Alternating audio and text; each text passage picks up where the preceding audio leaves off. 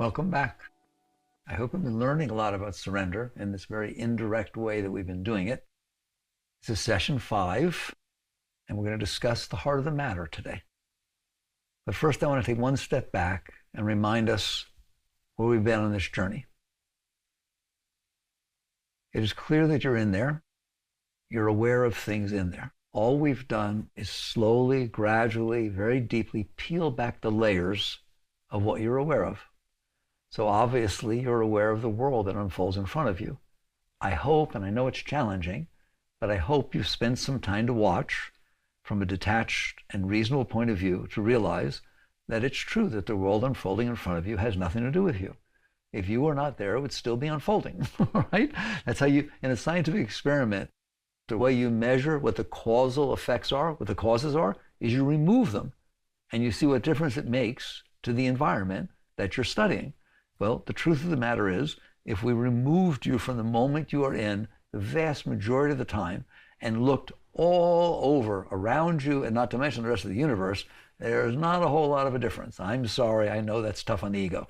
But the truth of the matter is, it's going to keep on going. It's going to keep unfolding. And even the part that you have any influence on is so tiny compared to what's going on everywhere, to the right of you, to the left of you at all times, that it really is a case of egocentric way of looking at things to think that the world is about you, because it's not.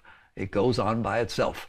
So we've now established, and we'll talk more about how to work with that, but I just want you to dare to take what we call the seat of witness consciousness and notice that the world is unfolding in front of you without you, in essence, doing a thing, and it will continue going on as it has for 13.8 billion years. Then we came closer in the last session, last 2 sessions, and talked about your mind, because the world coming in is not the only thing you experience. You also, while you're in there experiencing, which is what you're doing, you experience the thoughts that are created in your mind. And we went pretty deep with that, and I hope you did well with that, of seeing that, yes, there are thoughts, and no, I'm not creating them. They are sort of creating themselves, and that the types of thoughts I'm having are probably quite different, are absolutely quite different than the thoughts other people are having, because the cause of my thoughts is different, that I have stored this stuff inside of me, and now that is causing thoughts to bubble up, and they're very specific to me. We will go into much more detail in future sessions about what to do about this. I don't want you worrying about what to do about it right now, because the truth of the matter is recognition is not half the solution, it's 90% of the solution. If you are willing to notice that you are not creating your thoughts, that whether you like it or not, they are creating themselves, and then go a step further and realize it's not always so much fun what they decide to create. It's not always so easy to live in there. In fact, that's what makes it hard to live in there, is that the thoughts that are being created are not always so comfortable. It is not just the world coming in, and it is not just the thoughts that are being stimulated inside, either self-generated or stimulated by the world coming in. That's not your only experience in there. You have another experience that is very, very powerful, and that is you have emotions. What is the difference between thoughts and emotions? Most people don't separate those. A lot of people don't separate those. I have given lectures where I just call the combination of your thoughts and emotions your psyche, the personal self, the inner world that's going on inside of you, generated by you. That's fine.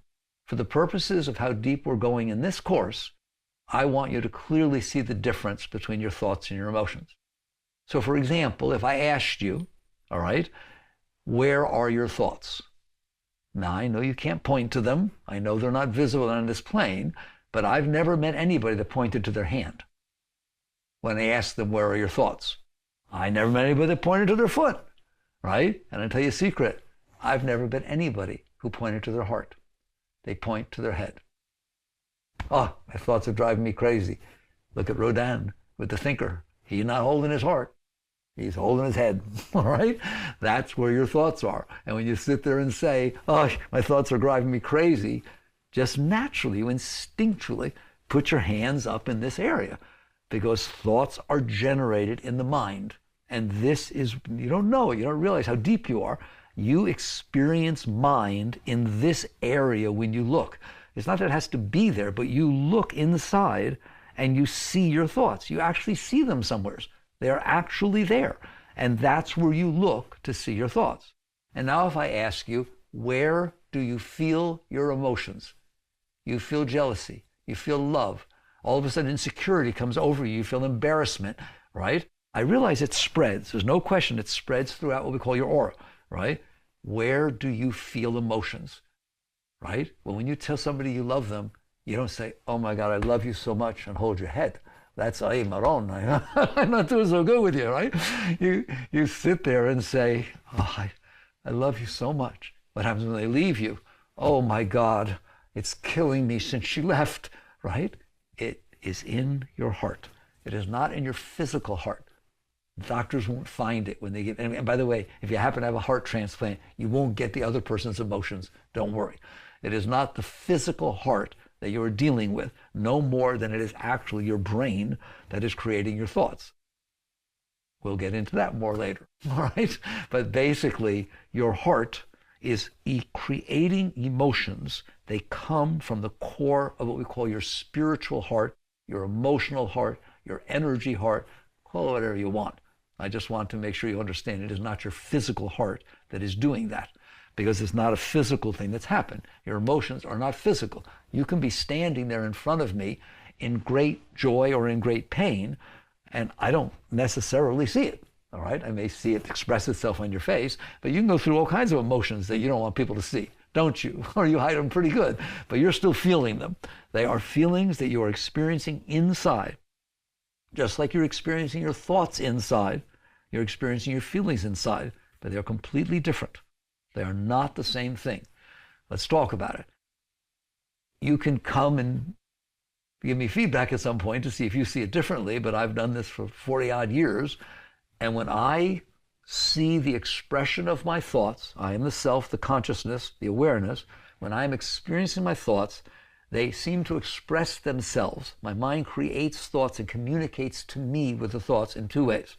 One is verbally. That is that voice inside your head that I'm so fond of teaching about, all right? It just talks to you. That's the funniest thing in the world. It just says, oh my God, why did I do that? I wish I didn't. Oh my God, I feel so embarrassed. This is ridiculous. There's somebody talking in there, all right?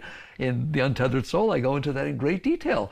If you're the one who's talking and you're the one who's listening, what in the world is that about? Why are you doing that?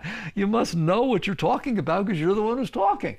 But that's the relationship. The relationship is I am the consciousness and my mind is talking to me. And that's the truth. And I'm sure you realize it all the time. You experience that. A lot of times you say, my mind is driving me crazy.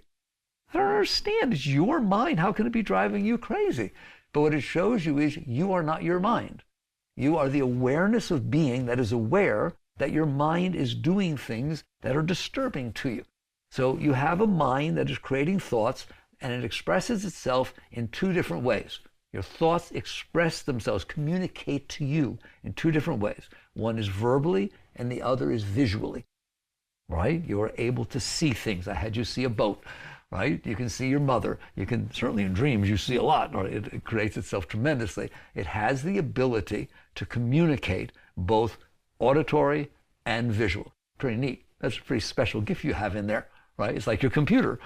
Right? We don't use the auditory so much now with the computer. They're getting voice recognition, right? But more and more, it will be that you talk to it and it talks back to you, right? It'll give you your answer. Well, your phones do it now, right? You ask Siri something, she'll talk to you when it comes back instead of just showing you something. So it is the same thing with your mind. The thoughts can talk to you, communicate verbally, or they can create visual or. They both can be at the same time. That is not what happens with your heart. Your emotions do not talk to you. It is not like a voice inside your head saying, oh my God, I feel so jealous. The voice does that because you feel jealous, all right? There is a feeling, a sensation is what emotions are. That's why we use the word feelings when we talk about our emotions, right? He hurt my feelings. What does that mean? It created an emotion inside of me that was uncomfortable. So you have thoughts, which are verbal inside of your mind, and visual, and then you have these totally different things called emotions. They are vibrations, is what they are. They don't form like thoughts do. They're not as specific. They're more etheric. They're like clouds instead of solid objects, right? They don't take an objective form. So they come up, and I don't know what to tell you. They're more like wind blowing over you, aren't they? They're more like there's this sensation of experiencing a change. I like how Star Wars put it, right? I felt a change in the Force, okay? There's just this inner feeling that changes. And you don't know that you're always having inner feelings. You only talk about emotions as though when they go to the extremes, right? It hurt me tremendously. I can't believe you hurt me. Or, oh, I felt so much love. It was the most beautiful thing I ever. So yes, there are these extremes that take place in the emotions. Those are the ones that catch your attention. But what you don't realize, you are always feeling something. It is always, it's sort of like your stable state is there is a flow of feeling, of energy, of sensation that is going on in your heart. When it drops out, you say, oh, it fell out from under me. Your heart can fall out from under you, can't it? Right? Something happens, oh, it just does that. Or my heart got wings, or all of a sudden springs up. Springs up from where? How do you know it fell out if it wasn't at a given level? So it is not that you are having no emotions the rest of the time. You are always experiencing something that is emanating, a constant energy that is emanating from your heart. You're just so used to it. Sometimes you say, I just don't feel myself. You're not saying I'm thinking the same, right? It's just this general feeling. That's why we use feeling and emotion. They're the same thing. Your heart is always feeding you. Your heart is always emanating something. It is a standard thing. You know, those of you that are into auras and stuff, your aura, what they feel as your aura and see as your aura, is emanating from your heart. That is the visual picture of the energies that are emanating up. So basically, it is not just the strong emotions that are coming from the heart. So the first thing we saw is that your thoughts are auditory and visual. You know, they talk to you or you see them. Your emotions, you don't see them and they don't talk to you. You feel them. They're a sensation. Who feels them? When it's all said and done, that's all I care about, right? You may want to make your emotions be different. I don't care. I want you to know who feels the emotions. Because when you say, I don't feel myself, how do you know? I'm going to every time come back to you and say, how do you know? My heart hurts. How do you know? Oh, I feel so much love. How do you know? And the answer, you get real mad at me. You eventually just say, I'm in here, stupid. I'm in here. And I am aware of what is going on in here. And I'm telling you, I'm going to pranam to you and I'm going to touch your feet. Because that's as high as it gets. You're concerned about the emotions because you can't handle them. I'm concerned about you because that's who you are. And I don't want to teach you how to change your emotions, how to make this happen or that happen or never feel this. No, that's not what I'm going to teach you in the rest of this course. I want to teach you how to be you while the emotions go through their natural changes. Because if you can stay seated in the seat of self while these different shifts are taking place, we have a name for that.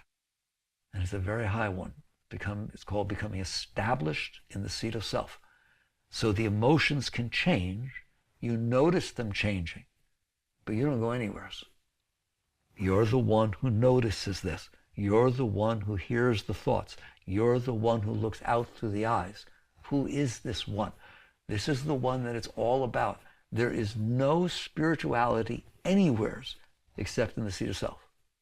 The seat of self is spirit, and spirituality is about spirit. So when you sit back in that seat, it's not a mental seat of, I need to watch my emotions. No, that's the mind trying to watch your emotions. It is literally the awareness of being aware of what is going on. Well, why is that so difficult? Obviously, you are aware of what's going on.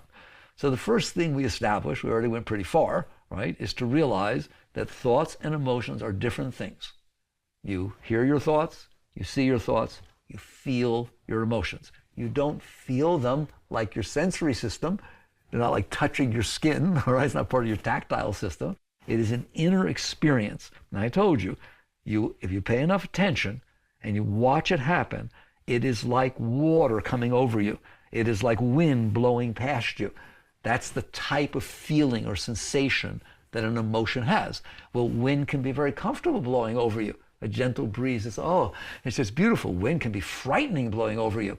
90-mile-an-hour hurricane winds blowing at your face. Do you understand that? So a force field is also an experience. It doesn't have to be a thing. It doesn't have to take form. So the heart is closer to spirit because it has taken less form. All right? It is more etheric. Your thoughts are a given form. They're talking about a given object, okay? They call them thought forms. That's what we talk, all right? So there they are. Or visually, they took form. So they're not form like the physical world. That's solid form. That's solid stuff, all right? That's made of physical stuff. Inside, they are mimicking the physical world. Even the voice inside sounds like the voice outside. Somebody talking to you, right? So your mind is much closer to the outside world. Plus, that's where it came from. I told you that. You've held this stuff in there. It comes in, okay? So, but the heart is a little more etheric. The heart is more sensitive. The heart is much more sensitive than the mind, which is why we have trouble with it. All right? But things that are gentler, that are softer, that are less form, it is easier to make water ripple than it is iron. Okay? All you have to do is go, and the water ripples. Okay? And it's easier to make air ripple than water, right? The more etheric, the less solid or formed, the more energy level that something is, the easier it is to make it change, to make it move.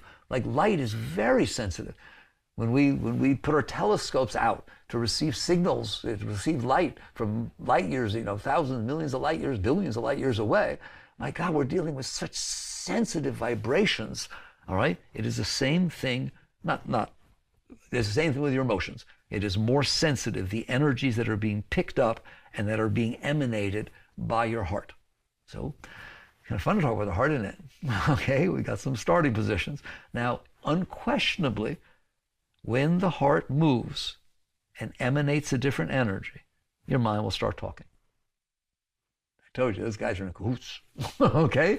Your mind will start talking. And by the time we're done with this session, you will understand why that happens. Why, even though they have nothing to do with each other, they are separate, the heart and the mind, right? It's almost like I'll tell you, let's say we have springs around here. We have lots of springs in the area where I live. It's really beautiful. People dive. It's one of the big cave diving places. There's so many springs. You go down to where the spring, the source of the spring, and there's going to be water bubbling up from that part, okay? When that water hits the surface, it creates ripples and all kinds of stuff goes on. It's very different than when it emanates from its source. The same thing is happening with your heart. Your heart gives off energy, releases emotions of a given vibration rate. They bubble up. You don't have to do a single thing. You don't have to sit there and say, oh, I feel jealous. I better think about it. Yeah, you wish, because then you can decide not to. No, what happens is the energy emanates from the heart. It bubbles up and surfaces in your mind. And that is literally what is happening. The root of the mind is in the heart. What is going on in the heart ends up in the mind. You don't have to do it. All right? We talked, you could sit there and say, but you talked about last time that these samskaras, these impressions that you stored, are trying to release energy that is causing the mind to happen. Yes, and those samskaras are stored in your heart. That is where literally, and where do you see how powerful that is? The stuff that you shoved out of your mind went somewheres. It did not dissipate. It went down further into the core and source of the energy flow, which is where your heart is. So it came closer to your heart. So it's very beautiful to talk about this stuff because most people don't ever understand anything. This is what most people know about their heart. Right? Get it away from me. It is dangerous. It is too sensitive. It is scary. I would rather live in the mind. The mind is a place the soul goes to hide from the heart. Period. Somebody hurts you, you feel this emotion, you go right to that mind. He didn't mean it. He didn't mean it. No, it's okay. Don't take it so personal. That's if you're a spiritual person. Otherwise saying, oh, I'm not going to put up with this. I'm not staying here like this. No way, I'm getting at it. In other words, you're telling your heart, I'll take care of it. The heart's the little sister. You're the big brother. I'll take care of it. He'll be sorry he did that, right or wrong, okay? You go right to the mind immediately. whenever the heart is doing something that you're not comfortable with. But notice, and we'll talk about all this, we got a number of sessions left, believe me, we'll get into this very deep, is you're in there. You're the one who's doing this. If I say to you that the mind is a place the soul goes to hide from the heart, as you grow, you will see how deep that is, how real that is. You are the soul. You are the consciousness. Therefore, you experience what's going on in there. One of the things you experience is that these emotions are coming up, all right? You're not real good about that. Do you understand that? Okay? And because you're not good about it, you don't feel all that comfortable. So when you're not comfortable with something, you want to do something about it, right? Outside, if something's not comfortable, you try to change it. So inside, you try to change it. And you do it by going into the mind and letting thoughts be created that when you, the consciousness, are receiving those thoughts, you don't have to pay attention to the heart. They distract you. Your thoughts distract you from your emotions. Do you understand that? The thoughts distract you from your emotions. So basically, as we get into the heart, I want you to remember some basic things. First, you are not your heart. I'm sorry, I know it sounds so romantic that the heart is the core and it's so beautiful and I give you my heart, all right? You are not your heart. You are the experiencer of your heart. You are the consciousness that is aware that these emotions are taking place. When love shoots up inside of you, right? And you say, I am in love. What you are saying is, love is coming up from my heart, bathing me. I'm in this ocean that's bathing me. But I'm not the love. I am the experiencer of the love. And I didn't even talk about loving you. What really is happening is, while you're there, for whatever reason, and believe me, we'll get deep into that reason right later, whatever reason, when you're there, my heart starts to emanate this flow of energy that comes up and overwhelms me. So I'm experiencing this beautiful energy, but I'm so stupid I say, I love you, instead of saying thank you. Okay? Thank you. Thank you. That was beautiful. Thank you. If you stay, that's beautiful. If you don't, thank you. That's how love lasts. But what you do, I'm letting the cat out of the bag, I'm early here. What you do, you don't do that.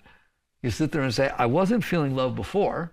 That's got to do with you and your heart. I mean, that's got to do with everybody else, all right? This is an energy flows coming through your heart. I wasn't feeling love before. Somehow, I don't know how, we call it chemistry or the physics between, I don't know what it is.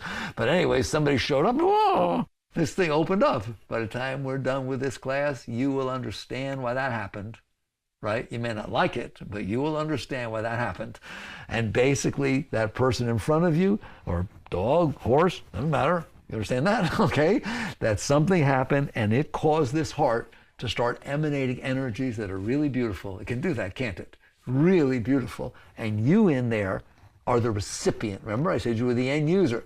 It's kind of nice to be the end user when that's going on, isn't it? All right? I am the person that this beautiful energy, I'm not the person, I am the being, the essence, the consciousness, the awareness of being that is now aware of something beautiful.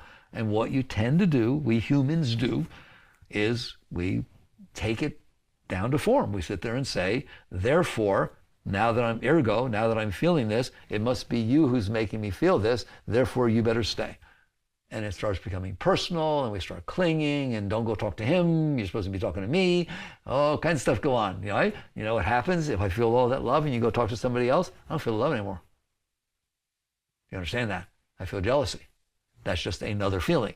Love and jealousy, they don't come out of the same place at the same time ever, do they? Okay? It is a shift in the emotion, in the emanation of energy that the heart is releasing.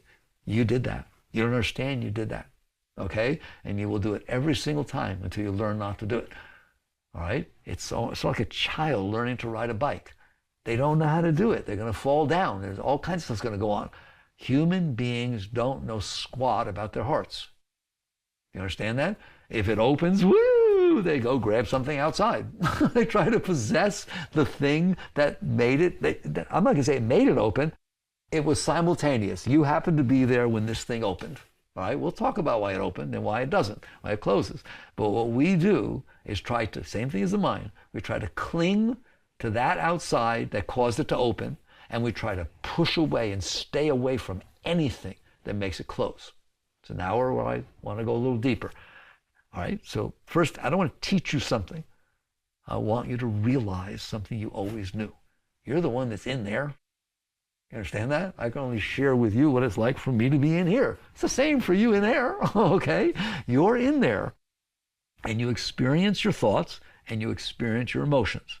And you are not your thoughts, and you are not your emotions, right? I forgot, I didn't say that in the last session. I want to get this down officially in writing, right? There is not a single thought, not one single thought that emanates in your mind that is you. In fact, there is no thought that's more you than any other thought. If you sit there and think, oh, there's dotted lines now, I guess I can pass. Or you sit there and think, oh my God, I'm not sure if he loves me. What should I do? This is so, they are the same. They are exactly the same. Just like in the beginning, I told you, I'll hold a picture up in front of you. Do you see it? I'll hold another picture in front of you. See it? Hold another picture in front of you. See it? And then I ask you, which one is you? What kind of question is that? And then there are pictures that I'm looking at. Not one of those pictures is more me than any other picture. I'm the one who's looking at the picture. It is exactly the same way your thoughts. Not a single thought is any more you than any other thought. It is something your mind is creating and you're looking at it. You're the one who knows that you're saying, oh, why did he do that? What am I going to do? Maybe I could leave. I don't want to leave, but go get your melodrama going, right? Fine. You just changed the TV channel, you know? So you turned it to, you know, The Edge of Night or General Hospital, whatever you all got nowadays. In my day, I liked it. In my day, the soaps were As the World Turns. I always thought that was hilarious, right? While the world is out there in the middle of space, spinning on its axis, this is what you're doing with your mind. Okay? That's a perfect name for it. So your heart is not you. Sorry. The poets like to make it very romantic. Why? Because if you're caught in your mind, the heart is a more beautiful place than your mind. It's just like if your thoughts are more positive, that is a nicer thing to experience than if your thoughts are negative. That doesn't mean they're you. If I hold up a picture and it's pleasant to you, I hold up a picture and it's caustic to you, right? Yes, one is nicer than the other, but they're not you, right? You're the one who's experiencing them. So this is the essence of the most important thing you can learn. And by the way, we're little by little edging into living from a place of surrender. What is surrender? Surrender is the willingness to let go and realize your thoughts are not you. None of them are me. Okay? That's not a surrender of a thing. It's a surrender of a misunderstanding. I'm willing to let go of the falseness that I carry inside myself that these thoughts are who I am, or that this body is who I am, or that the car is who I am. Clothes make the man. They do not. Right? What clothes do is make the emotions and the mind think better about myself, therefore the emotions feel better. Do you understand that? So my experience inside is nicer. I will give that to you, right? But I'm the one inside, clothed or not clothed, wearing rags or riches. Doesn't make any difference. I am the self. I am the Atman. I am the soul. Not I have to find my soul. I am. That's what I am. I'm the one who's experiencing this. So coming back to the heart can open and close. That's the essence of how I like to talk about the heart. Do you know that? I don't care if you ever studied yoga. I don't care if you ever meditated a day in your life. There's no one I ever met that doesn't understand their heart can open and close. That there are times that their heart is open, that they are experiencing a more uplifting state than other times, right? And there are times when that heart is closed and it's very hard to deal with and it's painful and it's difficult, etc., etc. All right? That heart changes its state, doesn't it? So if you understand that, I now ask you the next question. What do you mean open or closed? Does it have a door? And when it's open, what happens? I know if I open the blinds, light comes in. If I close the blinds, it's dark. What is it that happens when your heart opens? And what is it that happens when your heart closes? Why does the heart open and close? This is the entire thesis and lecture on the heart, right? Do you have one? You got a heart? Have you noticed it can open and close? Have you noticed it's rather nice when it's open and it's rather not nice when it's closed, right? How does it open and close? What makes it open and close? If it has a door or blinds, why do they go up? Why do they go down? Because I'm telling you right now, if I told you to open your heart, you wouldn't have the slightest idea what to do. Right? That's all. Okay? That heart opens and closes on its own, doesn't it? And it does not just total open where, oh my God, I'm blown away. I fell in love. I don't care where I live. I'll live outside in the tent as long as I'm with her or him. Yeah, we'll see how long that lasts. Okay? Better be careful about that heart. It lies a little bit. it gets a little energetic. You get a little carried away with the energy, don't you? Okay? Or it closes. I don't ever see him again. I don't care. I don't care. I don't care about the kids. I don't care about anything. I don't ever want to see him again. I don't want to talk to him. I can't believe he did that. Oh, boy. Boy, let's go listen to that and see where we end up. Do you understand that? Your heart is a thing. It emanates vibrations of energies. When it is closed, you don't feel that strength. You don't feel those energies. You don't feel purpose. It's just ugly. It's just hard. It's uncomfortable. That's what it is. The closed heart is really uncomfortable, isn't it? It can feel like a rock inside your chest. I feel like it's just heavy, all right? You don't want that. So in order to not experience that, your mind starts making up stories of what to do. I'm going to leave him. He'll be so sorry. Do you understand that? That's what's happening. Don't get embarrassed. Don't not own this, right?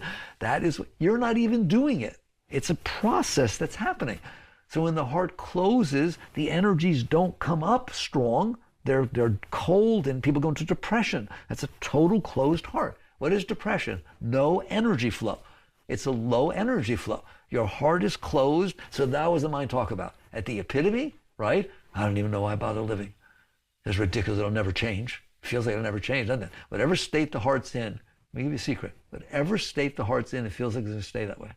Even though you know your whole life it doesn't stay that way. Every time it goes somewhere, you're so lost about your heart, right? So if all of a sudden it's closed, people talk about suicide. There is nobody who ever committed suicide that their mind didn't tell them to. Do you understand that? Right? The mind just does the little rap that I just told you. This is terrible. I can't live without her, and I don't want to anyone. Nobody likes me, and then they're picking on me, and it'll never stop. And I don't even want to. That's what the mind says, doesn't it? That's not you. That is the mind expressing the state of the heart. Do you understand that? Now you see that the root of the mind is in the heart. All right? So that when the heart gets closed and there's no energy, all of a sudden the mind tries to, exactly, people think I'm against the mind. The mind's trying to help you. You just gave it this ridiculous job to do. Your mind is trying to come up with thoughts that will make you feel better. Well, why would suicide make you feel better? I don't need to answer that. Do you understand that? If it got that bad that you can't live with it, it seems like it will be better. Anything is better than this, right or wrong. So that's the extreme. Then leaving people and changing your life, that's another thing you decide because your heart's not okay. Everything you're doing is because your heart's not in a state you're comfortable with, even if you don't know about your heart. It's driving the whole thing. It's the heart of the matter. It's the core. What about if your heart is in a state? I don't want to be around. You're just as dangerous because you think it's not going to change. Oh, I found this job. I'll move. I'll do anything. I'll leave my husband. We can live without each other. It's fine. I'm so excited about this job. I'll come back in a week or a month or a year and tell me about it. Something is going to happen. That enthusiasm and excitement that is pouring up through your heart is not going to stay there, all right? There is a reason that the heart opened about this job, about this person, about this situation, about having a child, about moving to Europe, whatever it is, right? There is a reason that heart opened over that, and we're going to get there in a moment, okay? Whatever that reason is, ain't staying. Anything that's happening for a reason won't stay. Because it's conditional. The world keeps changing. Your mind keeps changing. Everything keeps changing, doesn't it? Okay? So therefore, if you can point to a reason that your heart is open, I feel sorry for you. If you can point to a reason your heart is closed, don't worry, it'll change. Okay? If you let it, it will go about its business. The world you just don't understand your heart. I hope I'm pointing that out to you, right? That's the first part I want to talk about. You don't understand your heart. You just react to it, right? Nobody understands the heart but a great being. They haven't spent that time working with it.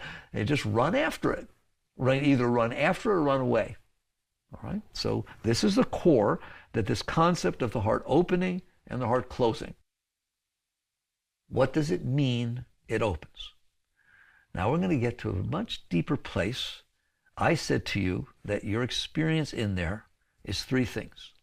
You experience the world coming in, you experience the thoughts of your mind, and you experience these energies, these emotions that come from your heart. The truth is, but I didn't want to bring it up in the beginning, but we're ready now, there's a fourth thing you experience in there. But most people are not aware enough, subtle enough, to not get lost in what's coming in through their senses, lost by what their mind's doing about it, and lost by the reaction of these emotions from their heart. So while all of those things are distracting you, you can't experience this fourth thing. And that is, there's an energy flow, chi, shakti, spirit. You call it whatever you want. And I'm not being metaphysical, and I haven't changed the level at which we're talking. Because the whole time we've been talking, I was talking about your experience of being in there. So you understand you do get distracted by the world that comes in. And you do get the consciousness, get distracted by the thoughts that are generated and by the emotions that come up. By the time I give you all three of those, bye-bye. You're not even there to talk. If I try to talk to you, you're busy with those. You can't even see past it when I'm trying to take you past it. You understand that? Your mind's reacting, your thoughts don't like this, emotions and so on. When you quiet down enough, and this is where meditation comes in and so on, when you quiet down enough, you will realize what it is that's flowing through the heart. It is an energy flow. There is constantly an energy flow that flows inside of you. Like I said, it goes by many names: spirit, chi, shakti, and I'm sure many, many more that I don't know, okay? And it flows up inside of you. But it can only go as high as you let it. And most people, it doesn't even make its way into the heart most of the time. A little bit always goes through. Like I said, there's always a sense, I'm okay, of myself, right? There's just a normal flow that's happening. There are times where it becomes much stronger. The reason the energy is blocked inside is because of these samskaras. That stuff that you couldn't handle from your past, that you shoved away or tried to cling to, took form because you held it in there, inside. And now when the energy tries to flow up, which is its natural state to flow up, it can't, because it hits that stuff in there. And when it hits the particular blockage, that blockage manifests, and you start feeling those emotions that are associated with what you stored in there. You start thinking those thoughts that are associated. I mean, I'm telling you deep stuff here, right? In other words, this is like a computer in there that's doing something, and you're just lost in it. You don't understand the process of what's happening. You are not in charge of your emotions. You are not in charge of opening and closing your heart. You are not in charge of your thoughts, are you? Okay? Just try to meditate once and see how little control you have in there. The entire inner environment is what I'm telling you. It is the dance of Shakti. It is the dance of Chi. The energy is trying to come up, but it can't, because you put these energetic patterns. They aren't real things inside. They are, remember, they were the renderings that happened in your mind about what was happening outside, and then you pushed it away. So they are literally energetic patterns that are blocked inside of you. Those block the flow of energy coming through your heart. Makes me want to cry when I look at you straight. Those block the energy flowing through your heart. Those block the energy flowing through your whole system. That is your chakra system. That is the whole energy system that is flowing inside. Most people don't experience it. If you will follow these teachings, by the time we're done, there will come a day where you know what I'm talking about. And most of you already do, where there is so much energy flowing inside of you, it is like the rush of holy waters. There's just this constant upward flow that's flowing through your entire system, shooting out the top of your head, out your third eye, and out your hands and palms. You become a being of light. You become a being of energy. That is when the energy is free to flow. It is not blocked by these personal blockages. We're going to discuss this when we get later on in the course. But the importance of talking about it now is I can't explain to you why your heart opens and closes, or why it has doors that can open and close, and why certain situations open and close your heart, unless you understand why it's not open. And the reason it's not open is you shove this stuff down there like the Hoover Dam, okay? And as you do that, it affects the energy flow. So what happens now is your normal state is you have all these samskaras, all these blockages stored in there, the energy like a river, okay? And have you ever watched a stream or a river? There are rocks in that river. Where does the water go? Around them. Right? It goes around them. And as it goes around them, it creates eddies and currents. And it has to go over them, right? It creates disturbances in the force, in the flow. But it finds its way around, doesn't it? That the main flow, that is what is happening inside your heart. That is what's happening inside your energy system. The energy is trying to flow. It can't because it's blocked. So it's trying to find a way. It's trying to literally tiptoe through the tulips. And if it finds a way around what mommy did and around what daddy did and about that time when Ben said this to you and how that happened and just curves its way around, a little energy will come up that can feed you. And so you feel, how you feeling today? I feel okay, right? It's a game I used to play. You want to know spirituality? Ask somebody how they're doing. They'll say, okay, not too bad. It's been worse. Okay, it'll get better. I feel good. That's a positive person. It'll get better, right? They don't say ecstatic. I do. I make a point. Everybody has to sound ecstatic, right? It blows them away. It's true, right? What kind of an answer is I'm doing okay? What kind of way is that to live your life? That means enough energy made it around your blockages to where you feel a certain amount of upliftment, a certain amount of joy, a certain amount of whatever, right? Until what happens? Until something from outside comes in and stimulates your blockage. Until Ben, your ex, the name gets said, it's just in a movie, anywhere. I guarantee you don't feel the same as before it happened. Your heart has changed, right? There's this, right? It's very subtle sometimes, isn't it? I don't want to talk about the big changes. I want to talk about the subtle changes. How subtle are those changes? Somebody's talking to you. While they're talking to you, watch your heart. Every word they say, it shifts. It is so sensitive. It's so open to it. Yes or no? You ever notice? Right? There's stuff going on in there, isn't there? You're not disturbed by it too much, so you don't pay a whole lot of attention to it, but sometimes you do. And if they say something and it starts to get a little disturbed, your mind says something. Right? I don't agree with that. I got to tell them when he stops. I don't agree with it. Why did it say that? Right? All kinds of things go on in the universe. Why did it say that? Because it didn't feel right. It doesn't feel right at all. Oh, that's so beautiful. Your heart is sensitive. And it's sensitive because it has all these blockages there, and it can't find its way around them without hitting them. And so for the outside situation, I'm literally teaching you why your heart opens and closes. Pay attention, right? Otherwise, what you're going to do is let the opening and closing that you don't understand run your life. And I'm telling you, it will run your life. If you are sitting there talking to somebody and they start talking about a subject that you have stuff about inside and your heart starts to hurt, you are walking away and you are avoiding that person in the future. Do you understand that? They are not your friend. If somebody starts talking to you and it starts opening you up and it starts being comfortable and you start feeling some better energy, right? They are your best buddy. I just made a new friend. That's ridiculous. That's ridiculous. And what are you saying? I'm being true to myself. That is not yourself, all right? That is a blocked energy pattern. That's all your psyche is the result of all those blockages with energy trying to flow through it, causing the heart to change and causing the thoughts to change. And you're back here so lost in that it's really funny, but it's not funny. It's sad. Again, Buddha's first noble truth. All of life is suffering. You're in big trouble. You understand that? Blowing my ear will follow you anywhere. It's criticizing me, I'm out of here. That is not a way to live your life. You won't go anywhere. You're just going around in circles. You understand that? There's no purpose. There's no intent. There's no direction to your life. You're just letting, that is actually what it means to have karma run your life. Why? These samskaras are from the past. They are things that happened to you in your past that you were not able to handle. So you stored them inside of you. Now they are determining your present, and they will determine your future. God, I just want to stop. This is so important. Do you see that? Right? They're going to determine where you go, who you live with, who you marry, when you get divorced. You're not determining that. They are determining that because they are determining how you feel.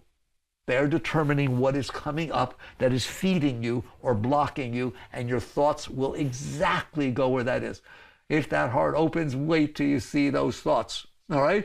I've met people that I sit there and say, no, I don't like motorcycles. Young lady, I don't like motorcycles. I don't like that sort of thing. Or all of a sudden she falls in love. Man, I love motorcycles. It's really great. I just didn't understand that part of me. It was like, oh my God, this is so neat, so exciting. Yes or no? Come on, you've been there, all right? All the heart has to do is shift the amount of energy or type of energy patterns that are flowing through it. Most of you are bye-bye. You're leaving your husband. People leave their kids. They're just like, oh my God, they met the golf pro. I'm not judging. Do you understand that? Don't judge. Just understand that literally they were perfectly happy with their relationship. It was years, this and that, and all of a sudden they're taking tennis lessons, and the heart goes, ooh, he's a tennis bum. He's fun. He's free. It's not like my husband goes to work all the time, right? It's like all of a sudden, whatever it is, that heart opens. It reminds me of when I was young, and I dated this guy, and he was a little radical too, a little bit of a rebel, right? It was turning me on, right? That's what that means. It means your blockage got stimulated. It was a positive one. Therefore, the heart opened more. Therefore, the energy was able to flow. And now you honestly believe something has happened. And people actually leave their family for the tennis pro. Do you understand that? Okay, all right? And there's nothing wrong with it. You know, do your thing, all right? But understand. Like I said, you can understand at some point, this is not about judging. It's not about right or wrong. This is not about what you're supposed to be doing and not supposed to be doing. This is about, are you willing to look and see that you ain't doing squat? It's happening to you. You think you're free. You are not free. You're free to follow this garbage, right? And when you say, no, I want to be free. I want to be free to do what I want. You don't even know what you want. You don't even know what you will want tomorrow, right? It is whatever this heart is going to do is going to shift your energy patterns, and then your mind is going to follow, and you are bye-bye, all right? It's like a drug. You're just gone. That's going on inside. And people honestly believe, but that's who I am. I'm being true to myself. You're not being true to yourself. You're being true to the lowest part of your being, which is, by definition, why is it we call it the lower self? Why is it the lowest part of my being? Because many things happen to you throughout your life. Most of them you could handle. Some you couldn't. They were either too positive and you clung to them, you couldn't let them go, or they were too negative and you they didn't handle it. So they are the lowest part of your being, because they are the part you were not mature enough or evolved enough to be able to appreciate as an event that took place in life. So it became a scar. It became a samskara. Samskara doesn't mean scar, but it really does, right, in a sense, right? An inner pattern that you stored inside. So now you have stored this thing inside. It, by definition, is the lowest part of your being. It's the part you couldn't handle. It's the part that you weren't in harmony with. All right, now that part is completely out of harmony with life. Why? Because it's busy about what happened then. It's not busy what's happening now. It can't even experience what's happening now. It is just getting, the past is getting stimulated by the present. And now you're following it. Now it's causing the emotions to change, and it's causing the thoughts to change. Does everybody understand? This is so essential. My entire purpose of teaching this course and taking this time to do this with you is right there. If nothing else, and I'm not telling you what to do about it. We'll talk about things you can do, right? You can free yourself from all this. But if you don't, you won't, right? This is what is going to run your life. And every once in a while, I stick an I in there, ruin your life. You understand that, right? That is not a life. It's arbitrary. It's just any moment the heart can open, it can close, it can go lukewarm. There are people who get married and the next day wonder why they did it. Lots of people. Do you understand that? There are people who have trouble making decisions. I told you why you have trouble making decisions. What you're trying to see is how it will make you feel. Should I marry this person? Should I not marry this person? I feel so sorry for you if you think you're going to make a decision, because there is a part of your being that wants to go out and be free and sow oats more. And there's a part of your being that loves this person, and when you're with them feels all of this, and so I don't know what to do. Of course you don't know what to do. You don't even know who you are. What right do you have to be picking who you're going to marry? We don't know who you are. So there are lots of you in there. Not you, there's only one of you. But there are lots of patterns. You know how many patterns there are? As many as some scars as you have. If all of a sudden you have this beautiful pattern flowing through you, and somebody says bicycle, and your sister got the bicycle, red bicycle, you wanted the red one, you got the green one, right? From 20, 30 years ago. I'm telling you, you're having dinner with your fiance. You're not enjoying the dinner because the subject of red bicycle came up. And that is going to affect your feelings toward this person. Do you understand that? Whatever is going on in your heart, There are patterns that the energy can flow through, lots of them. That's why you feel you have so many personalities. That's why you're not sure what you like and what you don't, and a part of you likes this and a part doesn't like that. There are thousands of parts in there. But there's only you. You're the one who experiences all of those. I feel so sorry for people that are trying to make life decisions without understanding this. You're making your decisions based on the wrong part of your being. When we're done, you can understand there is a deeper place you can come from, and you're not going to have problems with decisions. You're not going to have problems with things changing and getting all lost because you keep changing inside. Because there is a seed in your being that does not change. The Bible, Christ says something really, Christ is very deep. All these teachings are really Buddhist teachings. They are Christ teachings, right? That's not where I got them. But when you grow enough, you will realize, my God, this is what they were teaching. He says, if thine eye be single, thy whole body shall be filled with light. If thine eye be dual, how great then is the darkness within thee, all right? One way to understand that is when you achieve the state of the single eye, the single being who's watching all these different things back there, you're centered, you're clear, you're free. When you don't, and your sense of being is split amongst all these different patterns, they're just patterns, you understand that? They're not personalities, but they might as well be. Literally, you're one person around this friend, you're another person around another friend, you're another person around your parents, you're another person around your husband, you're another person around your I almost said boyfriend. It's like you got all this stuff going on, and you dress differently, don't you? And you talk about different things, and you feel at home with all of them. Of course you do. Because if the energy is flowing through the blockages in a given way, it feels right. Every single time in every single situation. Do you understand that? Then another thing happens that causes the energy to shift, what blockages it's flowing around, right? Such as going home to your parents, right? Then all of a sudden, I've got many people tell me that are getting on the path and practicing these teachings, that are young students and stuff, who say, I was doing great. I felt totally different. Then I went home. I felt like I was still in high school. All the patterns came back. I felt the same resentments. I felt the same. That's what's happening. Please listen. Okay? It is because the flow of the chi, of the Shakti, that is passing through the energy system, when it passes up through the heart and it hits these blockages, it needs to find a way through. When you go home and you be around certain people, it stimulates those memories, those blockages, those sensations. Therefore, the energy starts to flow that way, and you just don't even know who you are. That's why people don't know who they are. And then they say, I need to find myself. In other words, I need to pick which of these is me. None of them are you. None of them are you. Please don't pick. Don't pick which of these that are not me are me. Just like I showed you, none of your thoughts are more you than any other thought. You are the one that's experienced in the thought. There's not a single thing about this energy patterns that keep shifting. They do keep shifting inside, don't they? All right, it's a problem, isn't it? Okay? It's a problem to know what to do when all that's going on. None of them are you. You are the one that is aware they are shifting.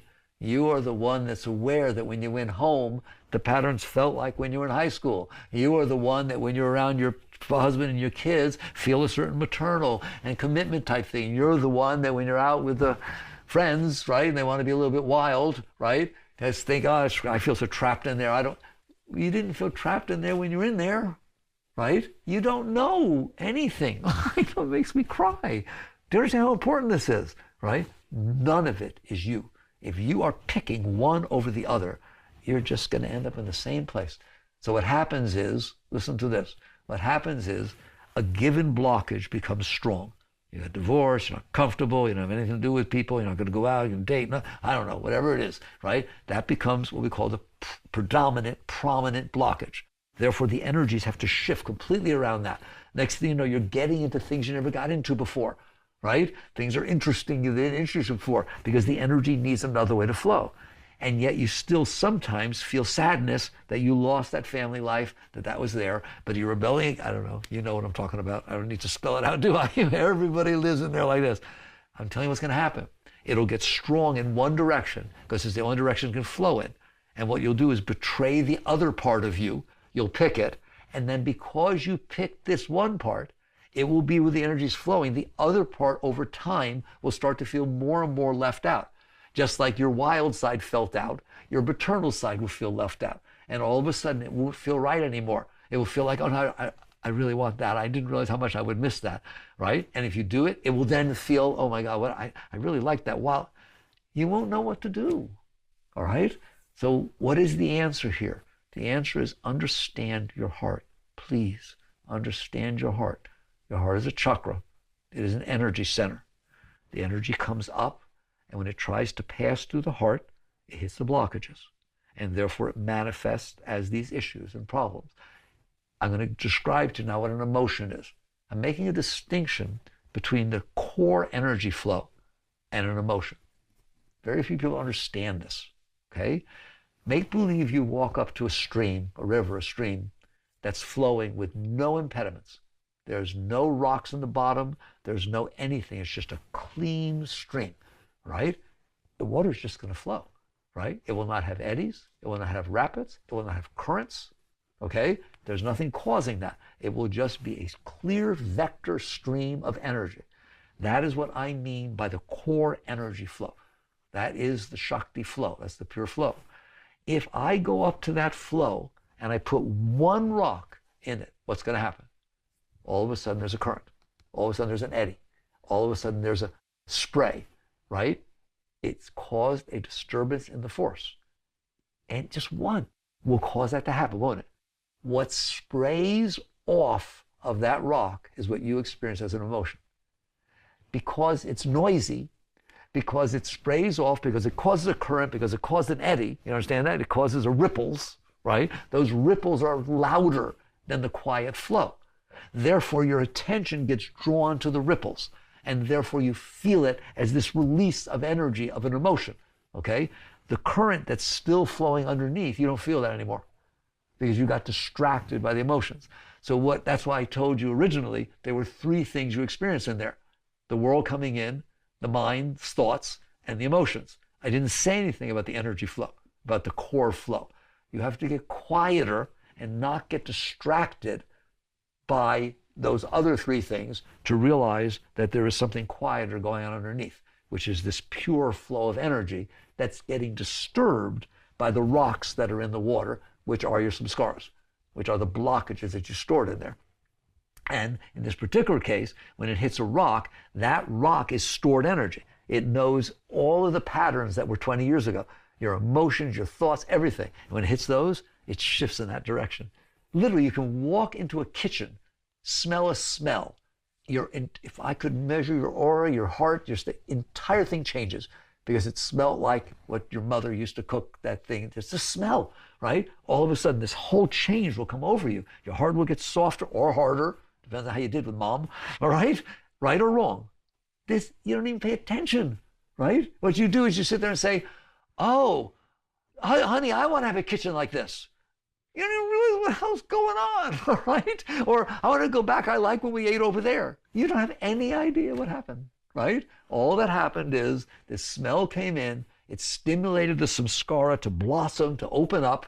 Because it opened up, the energy flow moved around it in a way to release its patterns into the energy flow, and you felt what it felt like to be with mommy when you were 6 years old cooking together, right? And you got soft and you felt love and your whole mood changed. That is what your moods are. Do you understand that? There are no moods. A yogi has no moods. In the end, we're going to talk about what it's like to get clean, to get clear, to live in a state where that's not going on, right? There are no moods. The mood is how high is high. And that's all that's going on all the time when you clean this stuff out. But while you are filled with this, you are going to be thrown back and forth from open to close, to feeling this, to feeling that, to being, yes, I want to do this, no, I don't want to do it, just moody, moody, moody, moody. Every single one of those moods is an energy shift in these patterns. So what you find out is, let's do it from a yogic point of view, is the energy comes up. If it can make it past the lower chakras, we're going to talk about that. The energy comes up, and it can do one of three things. It's either blocked by the samskaras, trying to go into the heart. Then you don't feel your heart. A lot of people don't feel the heart. I'll never forget, once I gave a lecture like this here in this temple, and we were outside, a little gathering outside after services, and a professor, very, very intelligent professor, came up to me, beautiful soul, and he said, Mickey, I don't understand what you mean by the heart. I said, what do you mean? He said, I don't feel anything there. I said, you've never felt anything in your heart? No. Wow. Okay. And I made him, I believed him, right? He was serious. I said, well, this is what you need to do, right? And need to not listen to your mind, but try to pay attention down here. 3 weeks later, he came back. He said, that's the first time I ever felt anything. Like he literally was so lost in the mind that no energy came up into the heart, right? It was just, I'm not living down there, right? I'm an intellectual. And that's what, there are people like that. I know you may not understand that, right? It's that far gone. So one possibility is that the energy comes up and it can't make it into the heart. I've pushed everything down there. People don't want to feel their heart. It's too sensitive. I just want to be intellectual. I want to be analytical. Okay, this is a problem. Emotions are a problem. All right, so they block the energy with these samskaras, with these blockages. The second is that you are more open than that, right? You haven't shoved all the stuff down there and you're not pushing it down all the time, so that the energy can come up, but it's blocked because you have these blockages. So it creates moods, it creates these sensitive shifts we've been talking about, but every once in a while, something lines up just right. You have to get quiet.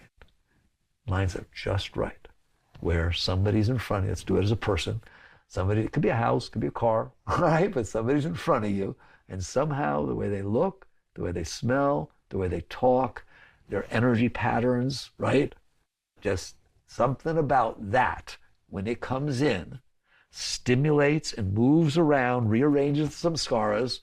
All right, the hair looks like my sister's, and I really got along with my sister's. And oh, those are glasses that I almost bought, so they're really a lot like me. Okay, and it's this and it's that and blah blah blah blah. Okay, and what they're saying is, oh my God, people told me nice things about you, and I was really excited to meet you. And now I see it's way beyond anything I thought. Oh my God, the words are right, the hair is right, the glasses are right, everything. You're not thinking this; it's just happening. That it's hitting the samskaras just right, and they shift around to where the energy can come up, all right? And when it comes up, it starts to go out.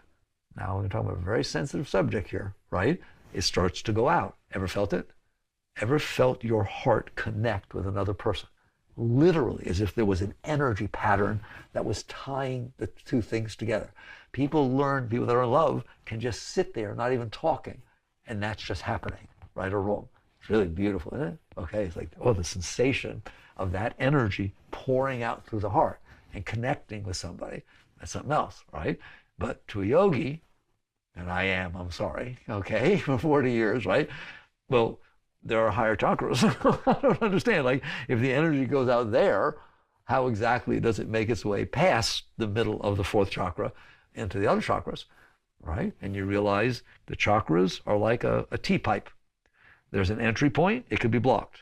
There's a horizontal way out. The energy can come out, and if it can't go higher, it's going to go out, right? And it's going to start to connect. Now, I know as human beings, we like that, and I'm not taking it away from you. Believe me, I'm not talking against human love.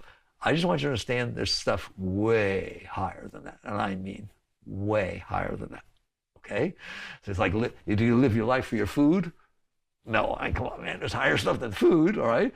There's real gold in them here hills. You understand that? Way beyond. Doesn't mean you don't experience that. It doesn't mean it's not part of it, right? But people who sit there and say that experience of that connection, that's the meaning of life, they're wrong. That's like saying food is the meaning of life or sex is the meaning of life, right? Yes, these are beautiful things. You understand that? They're not the meaning of life, are they? Okay? There are higher and higher centers that you're capable of experiencing. So when the energy comes up to the middle of the heart, I always teach that the heart chakra has a midpoint below, and then a midpoint, and then above. When the energy comes up and you open enough, but I taught you the reason you opened, there was a reason. It was her hair. It was her glasses. It was the words she was saying to me.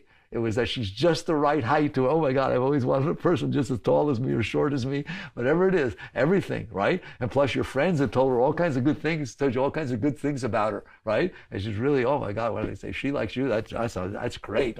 Or if your friends have told you, oh no, you don't want to be with her, and you met her, you wouldn't be doing this. Every single thing has to be exactly right. Do you understand that? For that heart to open and for that energy to flow out like that. That's why it does it. It's not the chemistry. It's the samskaras. All right? It is if you had met him 3 days earlier, it might not have happened. You didn't see the movie that now it reminded you of. I'm sorry to tell you it's that shallow, but it is. Okay? You got this stuff. You know it is. You know that you have that connection. And all of a sudden somebody walks up to you and says, Paul, are you serious? You're interested in Paul? You go talk to Sally what he's like. There's no way you're feeling that next time you see Paul. Do you understand that? One word. I hope you're embarrassed. I mean, this is shocking to talk like this, isn't it? But it's true, isn't it? It's completely, utterly true. And you're not paying any attention to what's going on. So the impressions that are left inside of you are blocking the flow of chi, of Shakti, that can come up through your heart. Sometimes, though it's rare, you know it's rare, right? It will be just right to where it shifts around and the energy is free to come up. It got past your stuff, okay, whatever it is, right?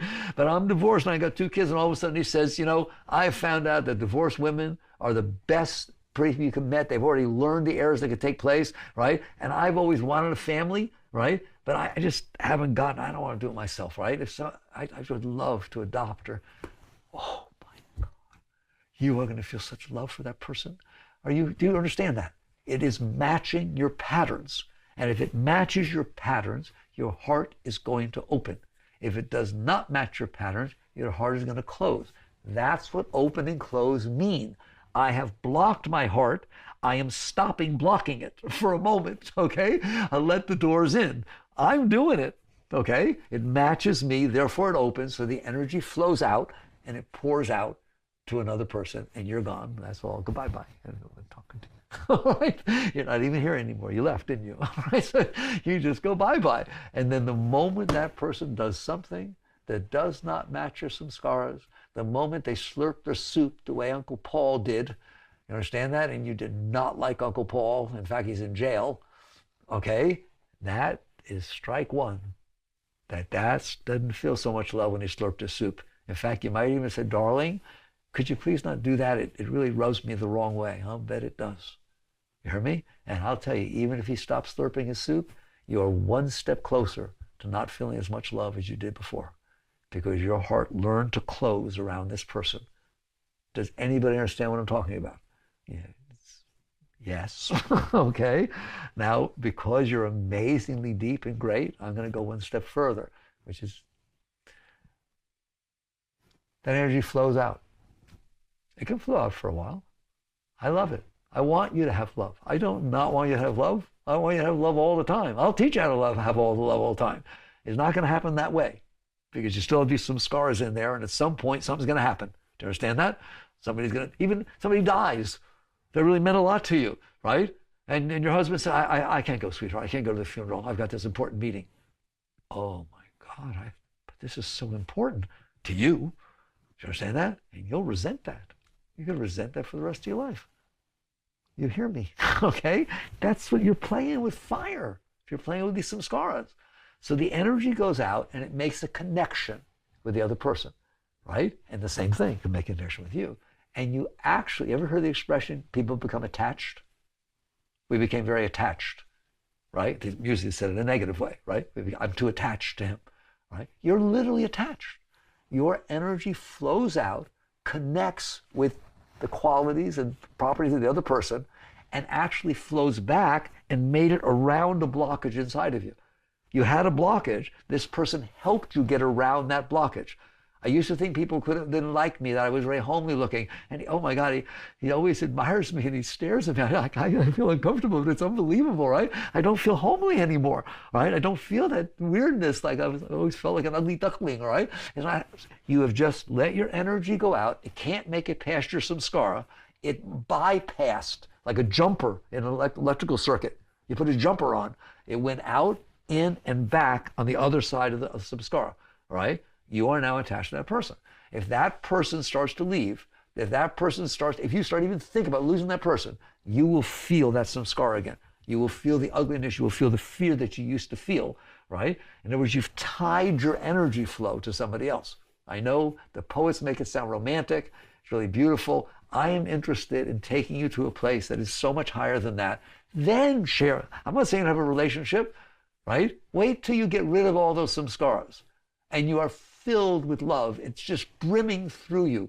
I tell people, you want to have love? Wave your hand in front of your heart. If you don't feel ecstasy pouring through your being every time you cross that chakra with your heart, right, you haven't done your work yet.